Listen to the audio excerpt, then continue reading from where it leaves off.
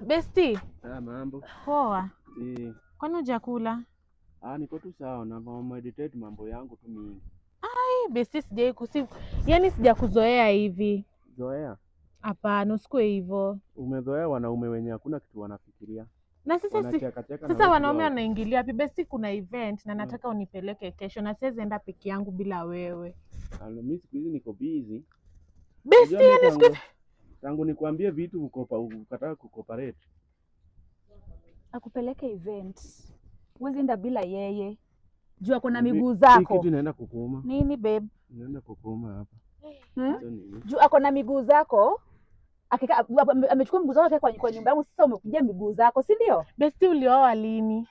Ni last month, ile time ulikuwa umeenda lini nataka. Wewe babe, toka hapa.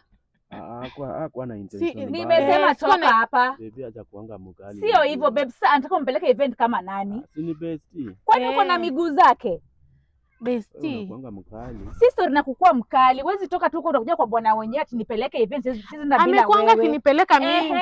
So jua saizi ameoa. Sawa? Ameoa, alikuwa sijui. Either way. Exactly. Muulize. Besti. Naam. Hebu toka hapa wewe. Nimesema toka. Tutaongea baadaye. Pole madam, sinivunje. Nimesema toka. Amesema utoka. What? Utakuja tu nini tu. Alafu sasa tangu wewe sema hizi vitu zinakuuma. Wewe pia unapiga kelele hata vitu zinakuuma na uone. Nikupanguzie. Hizi ni mongina ziko na ujinga zinataka kukuuma watu. Unajua mimi baadaye sipendi venye unapenda kuningisha box na unaushishani chonyo na wewe beshte yako. Wewe pia ati anasema ati unampeleka wapi? Ubesti ni saisa. Ajui hiyo. Tafute besti dem. Mwanamke anataka kutafuta mabeshte. Anataka kutafuta mabeshte kwa bwana za wenyewe kwa nini?